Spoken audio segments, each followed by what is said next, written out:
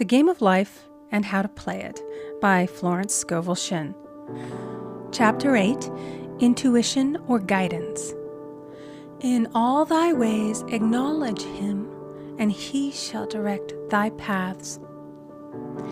There is nothing too great of accomplishment for the man who knows the power of his word and who follows his intuitive leads. By the word he starts in action unseen forces and can rebuild his body or remold his affairs. It is therefore of the utmost importance to choose the right words, and the student carefully selects the affirmation he wishes to catapult into the invisible. He knows that God is his supply, and that there is a supply for every demand, and that his spoken word releases this supply. Ask, and ye shall receive. Man must make the first move. Draw nigh to God, and he will draw nigh to you. I have often been asked just how to make a demonstration. I reply, speak the word, and then do not do anything until you get a definite lead. Demand the lead, saying, Infinite Spirit, reveal to me the way. Let me know if there's anything for me to do. The answer will come through intuition or hunch, a chance remark from someone, or a passage in a book, etc., etc. The answers are sometimes quite startling in their exactness. For example, a woman desired a large sum of money. She spoke the words, Infinite Spirit, open the way for my immediate supply. Let all that is mine by divine right now reach me in great avalanches of abundance. Then she added, give me a definite lead. Let me know if there is anything for me to do. The thought came quickly. Give a certain friend who had helped her spiritually $100. She told her friend, who said, wait and get another lead before giving it. So she waited, and that day met a woman who said to her, I gave someone $1 today. It was just as much for me as it would be for you to give someone 100. This was indeed an unmistakable lead, so she knew she was right in giving the $100. It was a gift which proved a great investment, for shortly after that, a large sum of money came to her in a remarkable way. Giving opens the way for receiving. In order to create activity in finances, one should give. Tithing, or giving 1/10 of one's income, is an old Jewish custom and is sure to bring increase. Many of the richest men in the country have been tithers and have never known it to fail as an investment. The 10th part goes forth and returns blessed and multiplied, but the gift or tithe must be given with love and cheerfulness, for God loveth a cheerful giver. Bills should be paid cheerfully. All money should be sent forth fearlessly and with a blessing. This attitude of mind makes man master of money. It is his to obey, and his spoken word then opens vast reservoirs of wealth. Man himself limits his supply by his limited vision. Sometimes the student has a great realization of wealth, but is afraid to act. The vision and action must go hand in hand, as in the case of the man who bought the fur-lined overcoat. A woman came to me asking me to speak the word for a position. So I demanded, Infinite Spirit, open the way for this woman's right position. Never ask for just a position. Ask for the right position, the place already planned in divine mind, as it is the only one that will give satisfaction. I then gave thanks that she had already received, and that it would manifest quickly. Very soon she had 3 positions offered her, 2 in New York and 1 in Palm Beach, and she did not know which one to choose. I said, ask for a definite lead. The time was almost up and was still undecided when one day she telephoned. When I woke up this morning, I could smell Palm Beach. She had been there before and knew its balmy fragrance. I replied, well, if you can smell Palm Beach from here, it's certainly your lead. She accepted the position, and it proved a great success. Often one's lead comes at an unexpected time. One day, I was walking down the street when suddenly I felt a strong urge to go to a certain bakery a block or two away. The reasoning mind resisted, arguing, "There's nothing there that you want." However, I had learned not to reason, so I went to the bakery, looked at everything, and there was certainly nothing there that I wanted.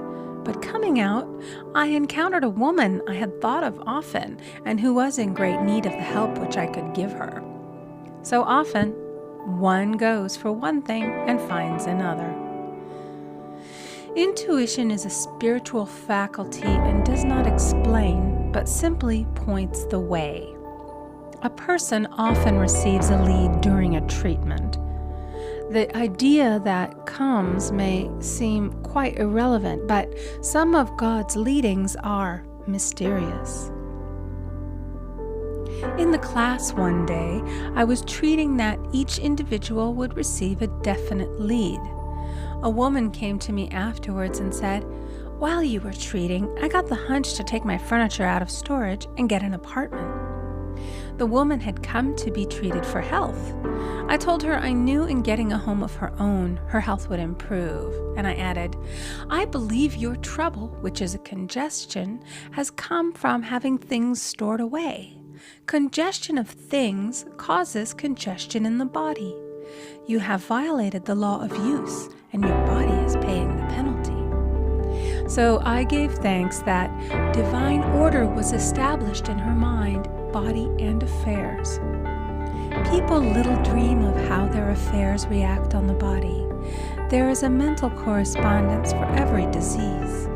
A person might receive instantaneous healing through the realization of his body being a perfect idea in divine mind, and therefore whole and perfect, but if he continues his destructive thinking, hoarding, hating, fearing, condemning, the disease will return.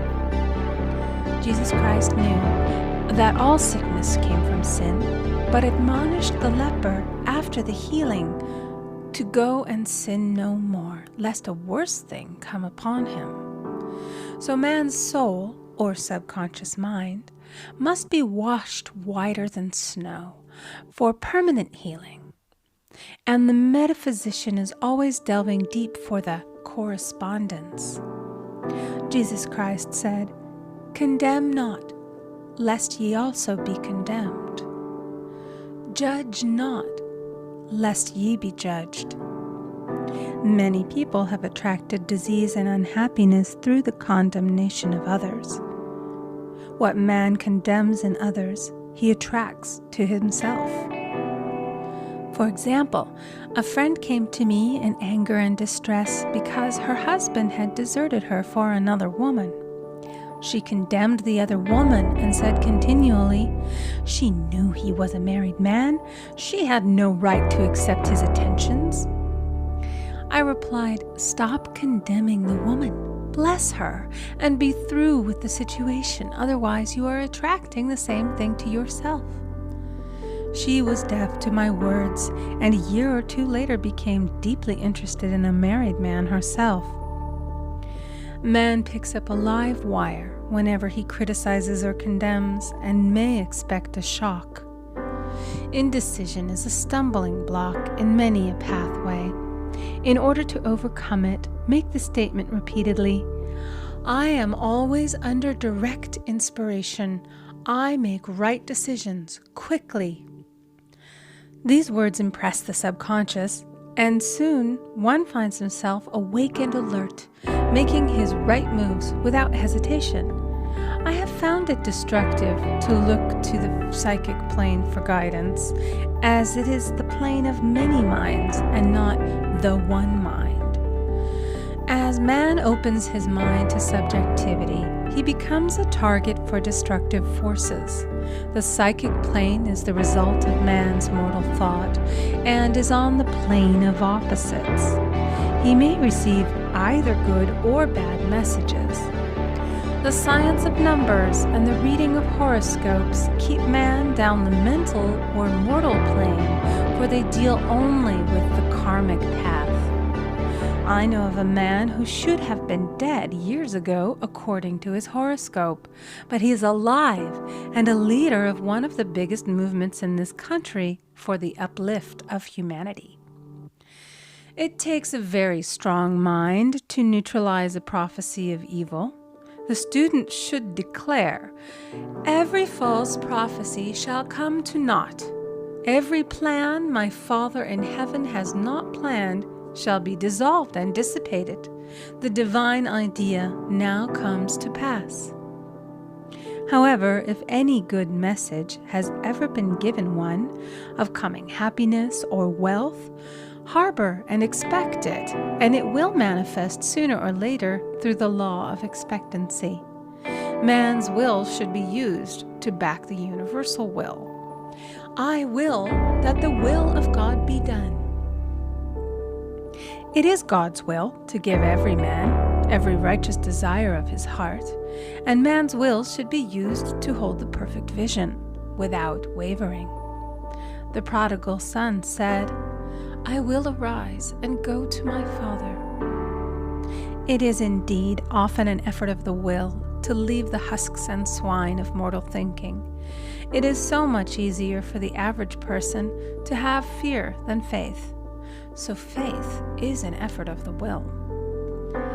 As man becomes spiritually awakened, he recognizes that any external inharmony is the correspondence of mental inharmony. If he stumbles or falls, he may know he is stumbling or falling in consciousness. One day, a student was walking along the street, condemning someone in her thoughts. She was saying mentally, "That woman is the most disagreeable woman on earth," when suddenly 3 Boy Scouts rushed around the corner and almost knocked her over.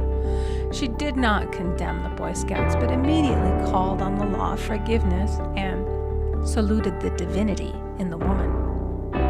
Wisdom's ways are ways of pleasantness, and all her paths are peace. When one has made his demands upon the universal, he must be ready for surprises. Everything may seem to be going wrong, when in reality it is going right. For example, a woman was told that there was no loss in divine mind. Therefore, she could not lose anything which belonged to her.